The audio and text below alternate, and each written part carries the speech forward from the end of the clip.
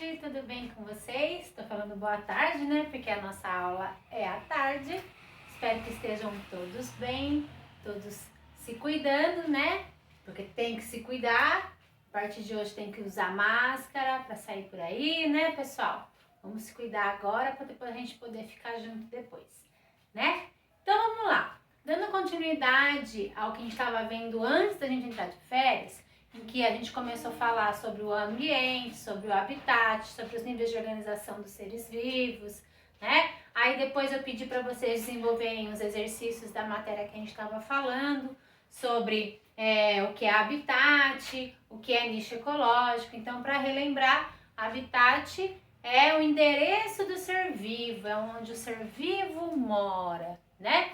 E nicho ecológico, então, é tudo que aquele ser vivo faz naquele ambiente.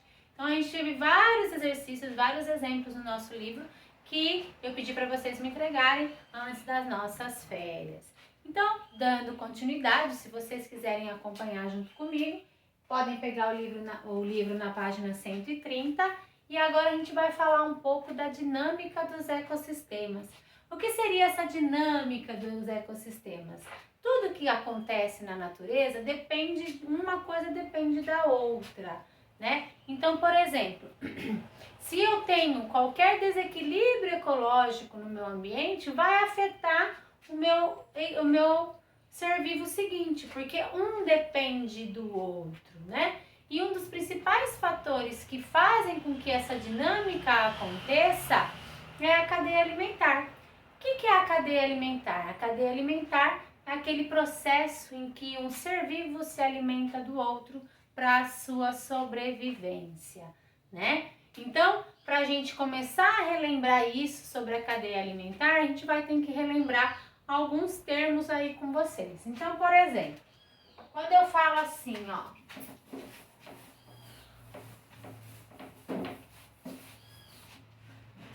pra gente relembrar aqui comigo, nós vamos, toda a cadeia alimentar, ela começa com os produtores, né? Porque os produtores são aqueles que produzem o seu próprio alimento. Então, eles não dependem de outros seres vivos para produzir o seu alimento. Eles já produzem o seu próprio alimento. E esses produtores são também chamados de autótrofos. Por quê? Os autótrofos, eles, né, a gente pode relacionar com autônomo, se vira sozinho. Então, ele produz o seu alimento, ele não depende de outro para produzir. Ele depende de alguns fatores para que isso venha a acontecer. Então, ele vai produzir o seu alimento ou por meio da fotossíntese, né? Então, na fotossíntese, a gente pega então o gás carbônico, que é o que está no ambiente. Então, as plantas, elas pegam o gás carbônico que está no ambiente. E aí, mais a água na presença de luz, por isso que é foto. Foto quer dizer luz. Na presença de luz,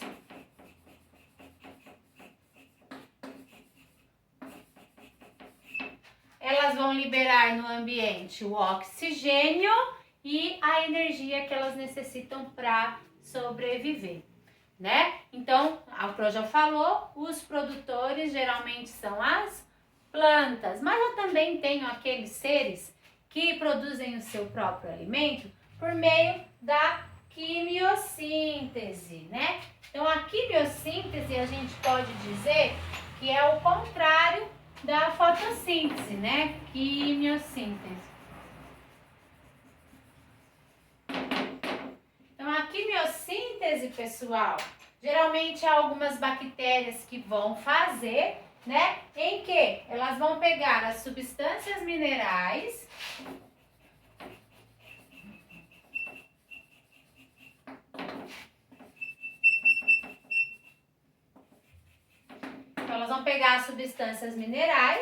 né? Então, geralmente são substâncias orgânicas e vão produzir o seu alimento, né? Através desse processo. Então, elas vão pegar essas substâncias, as substâncias orgânicas, e vão fazer um processo de oxidação e produzir o seu alimento, certo? Então, nós temos esses dois tipos de seres que produzem o seu próprio alimento. Então, quando a gente vai falar de cadeia alimentar, então a cadeia alimentar ela tem que acontecer, né, em forma de um ciclo. A cadeia alimentar ela é um ciclo que acontece o tempo todo no ambiente. Então tá acontecendo agora, vai acontecer depois e vai acontecer por muito tempo, porque é isso que faz com que o ambiente se mantenha em equilíbrio, né? Então, a gente já sabe que o primeiro degrauzinho da nossa cadeia alimentar são os produtores. Então, produtores são aqueles que produzem o seu próprio alimento. Ok, então a gente já descobriu quem é o nosso primeiro degrau, certo? Consequentemente, logo depois dos nossos produtores, nós vamos ter então aqueles que não produzem o seu próprio alimento, que são os consumidores, né? Os consumidores também são chamados de heterótrofos.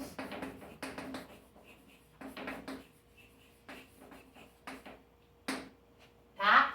Por quê? Porque os heterótrofos, eles não produzem o seu próprio alimento, ou seja, eles dependem de outros seres vivos para adquirir a sua energia, o seu alimento, certo? Então, geralmente os consumidores, eles vão a partir do segundo degrauzinho da cadeia alimentar até a sua última ordem. Então, assim, o primeiro consumidor que a gente fala, obviamente, se o produtor é o primeiro degrau, o consumidor primário, né? O consumidor primário é chamado de primário ou primeira ordem, porque ele vem primeiro. Então, o consumidor primário, ele é sempre um herbívoro, né? Porque ele tem que comer a plantinha.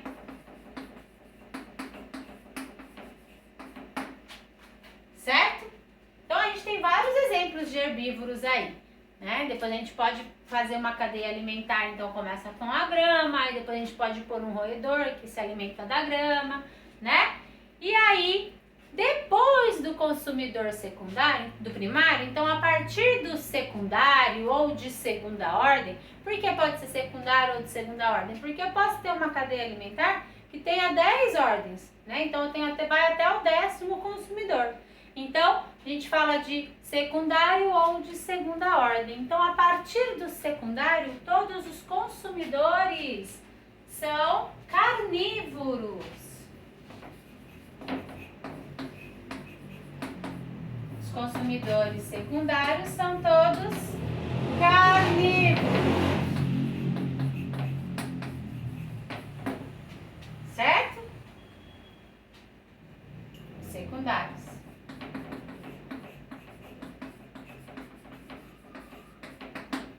Certo? Então a gente pode dar vários exemplos de um roedor, de uma cobra que come um roedor, de uma águia que come o roedor, né? E assim sucessivamente até essa cadeia terminar no último degrau. Quem é? Então sempre a cadeia alimentar ela vai ser finalizada pelos decompositores. Olha que interessante, né? Então, os decompositores, eles têm um papel muito importante na nossa natureza. Por quê?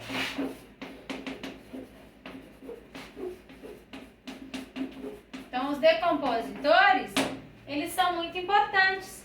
Por quê? Porque eles vão, então, vamos imaginar lá. Então, a gente começou a nossa cadeia alimentar com a grama, depois a gente colocou lá um preá, aí a gente colocou a cobra, aí a gente colocou a águia que comeu a cobra, só que daí a águia comeu muito e acabou morrendo, né? Então ela acabou morrendo e ela cai no solo. Bom, se ela cai no solo, a gente precisa que alguém se alimente dela, né? Então neste caso, a gente tem os decompositores.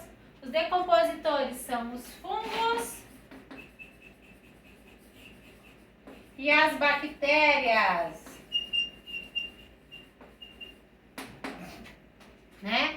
E eles têm um papel muito importante na natureza, que é então fazer a reciclagem da matéria orgânica. Então eles vão decompor os restos de animais e vegetais, devolvendo os nutrientes ao solo para ser absorvido de novo. Por isso que a gente fala que é um ciclo. E se vocês pararem para pensar, um depende do outro. Se acontecer qualquer coisa que afete, né, eu vou ter um desequilíbrio ambiental naquela cadeia alimentar. Aí o outro animal ou ele vai morrer de fome ou ele vai ter que invadir outras cadeias alimentares para adquirir o alimento que ele necessita. Então tudo leva a gente a acreditar que sempre um depende do outro, né? Um ambiente em equilíbrio. Ah, professora, mas a gente tem alguns animais que se alimentam também de animais mortos. Eles não são decompositores? Por exemplo, a hiena, o urubu. Então olha que interessante. Nós temos, né, esses animais são chamados de detritívoros. Ou seja, eles são ou carniceiros, eles não são decompositores. Eles se alimentam sim de restos de animais, né, de outros animais que já morreram, mas eles não são decompositores. Eles são chamados de animais detritívoros. Exemplos de animais detritívoros que nós temos: o urubu, nós temos a minhoca, temos, né, o besouro, o piolho de cobra, temos as hienas. São animais que são também chamados de detritívoros ou carniceiros, certo? Bom, então a gente pegou e já criou lá o nosso degrauzinho da cadeia alimentar. Então vamos voltar aqui, ó. Então a gente sabe que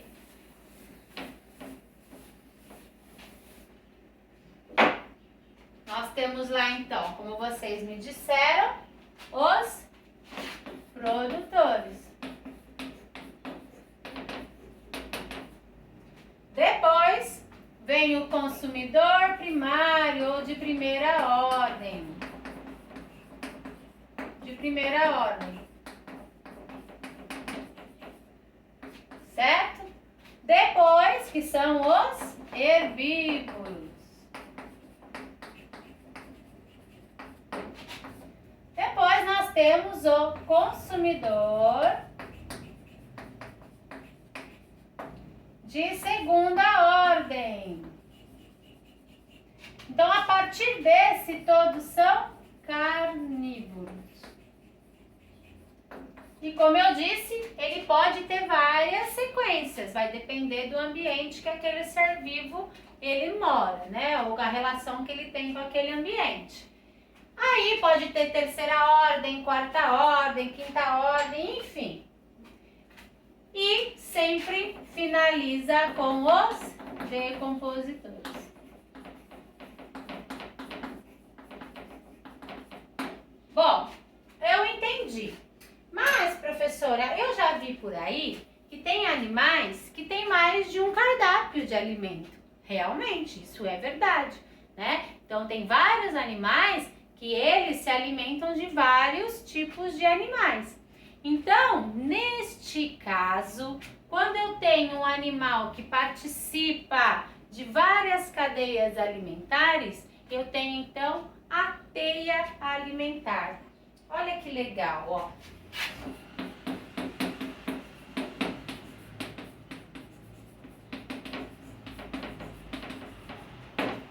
A teia alimentar, né, é o conjunto de várias cadeias alimentares.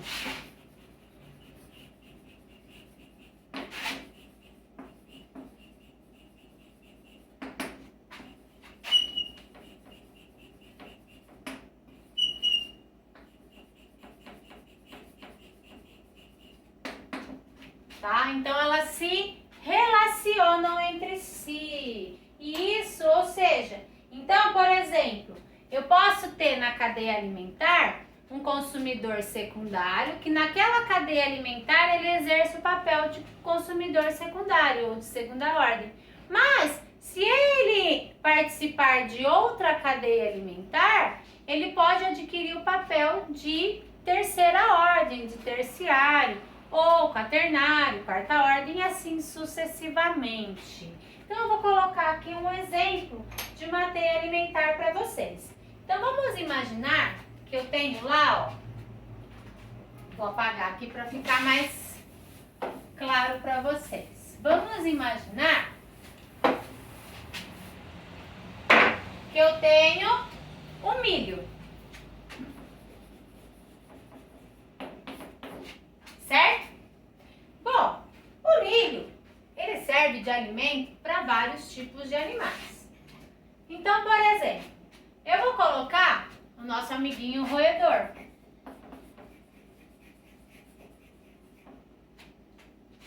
Mas eu posso também colocar uma lagarta, que também se alimenta,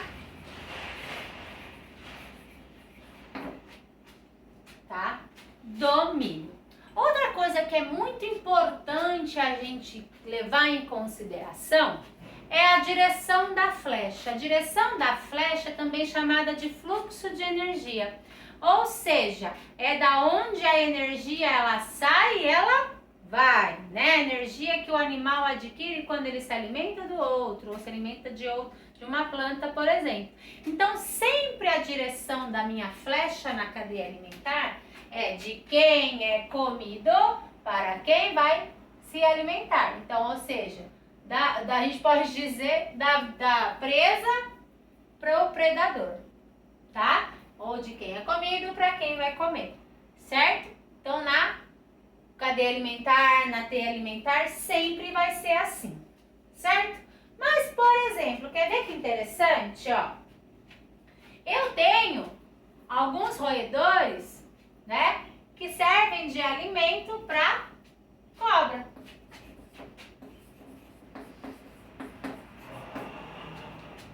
Certo? E a lagarta, por exemplo, ela pode servir de alimento para um sapo, por exemplo, uma rã. Certo? Tudo bem por aí, tranquilo. Bom, mas se a gente parar para pensar, olha que interessante.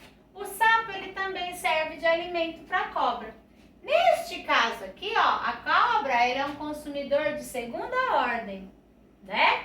Se eu for levar em consideração que ela também se alimenta do sapo, quando ela se alimenta do sapo, ela deixa de ser de segunda ordem, né? Porque, ó, 1, 2. E ela vai ser de terceira ordem, ó. 1, 2, 3.